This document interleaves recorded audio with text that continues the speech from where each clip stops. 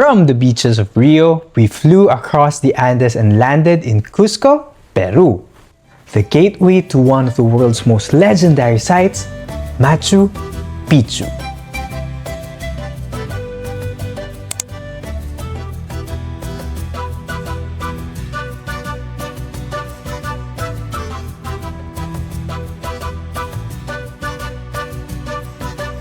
And now, our journey begins in Cusco. As soon as we landed, the altitude hit us. It honestly felt like we were floating.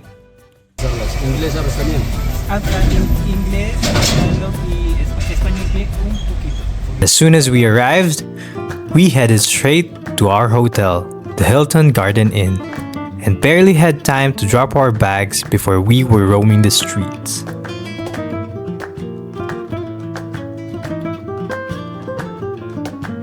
Taking in the colors, the sounds, and the energy of the city. Soon enough, hunger caught up with us, and we found ourselves at the Ofrenda, enjoying a wonderful first dinner in Peru, at the perfect way to start the adventure. Day 1 started early. Really early. I am not a fan of early alarms, but this trip is all red eyes and long van rides, so it barely mattered. To top it off, we booked a pretty awful tour, but the silver lining, we made friends along the way, fellow sufferers of the same awful tour. But I tell you, the views, they make up for it.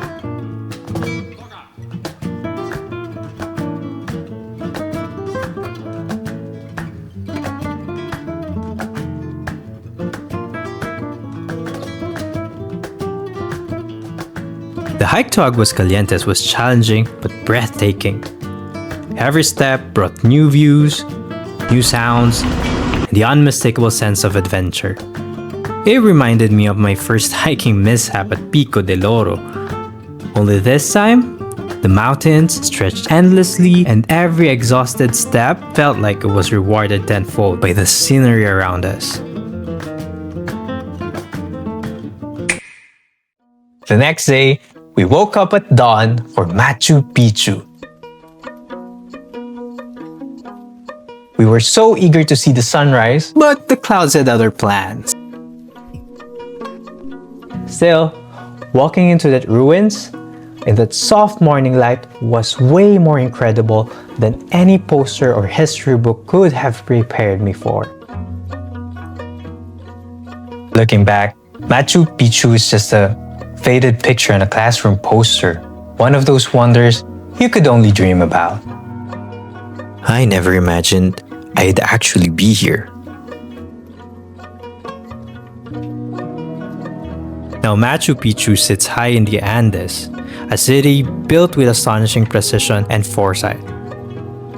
And as I walk through the terraces and plazas, I find it impossible not to marvel at the straight-cut stones perfectly interlocking without mortar, and the sophisticated plumbing system that channels water throughout the site.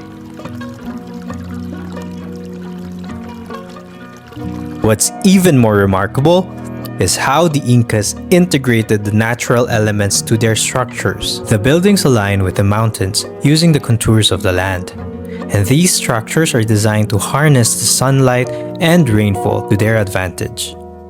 Seeing this up close was really humbling, and every detail reminded me why this site is considered one of the world's wonders.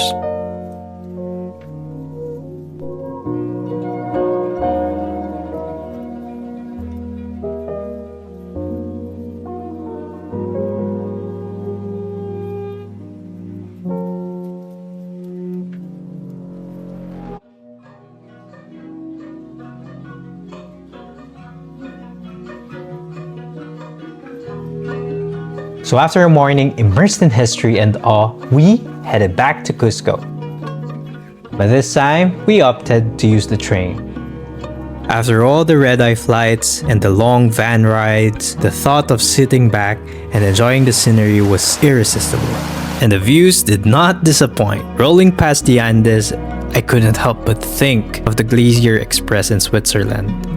Only this time, I was surrounded by towering peaks, lush valleys, and winding rivers. To our surprise, the train ride came with its own entertainment, including a lively fashion show, and everyone, they seemed to enjoy every bit of it.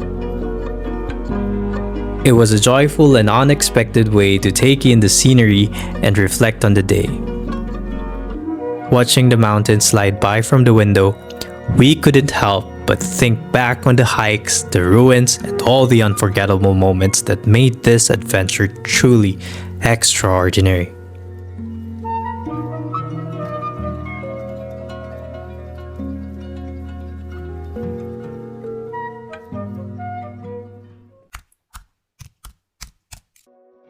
We woke up at 3 a.m. when most of Cusco was still asleep. We were already on the road to Rainbow Mountain. But as the first light spilled over the peaks, the anticipation kicked in.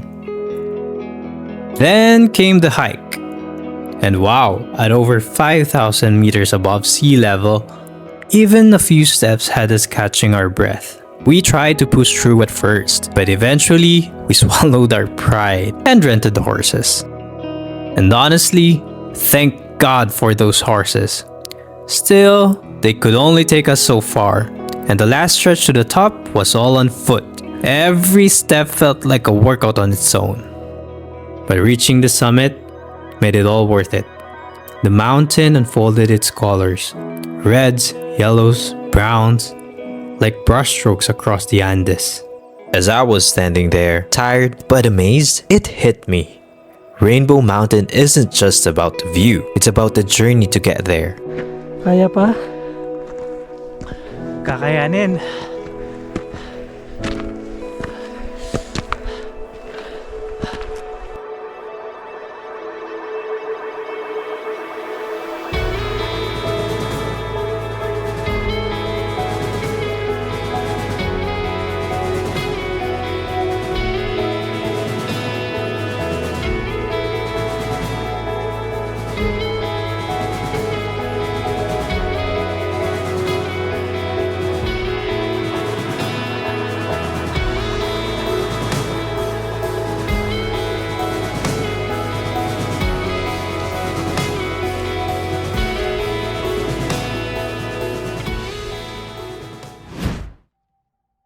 With one last day in Cusco, we decided to slow down and just explore the city. So, for 35 soles, we joined a local tour, a big bus tour that took us around the city.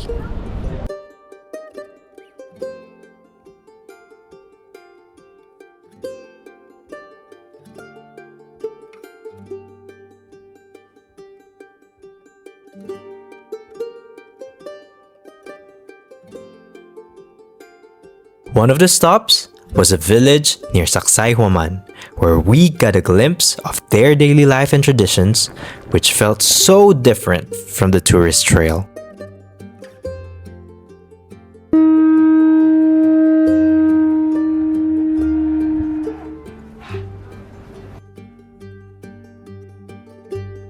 A mix of history and culture, it was the perfect way to end the trip.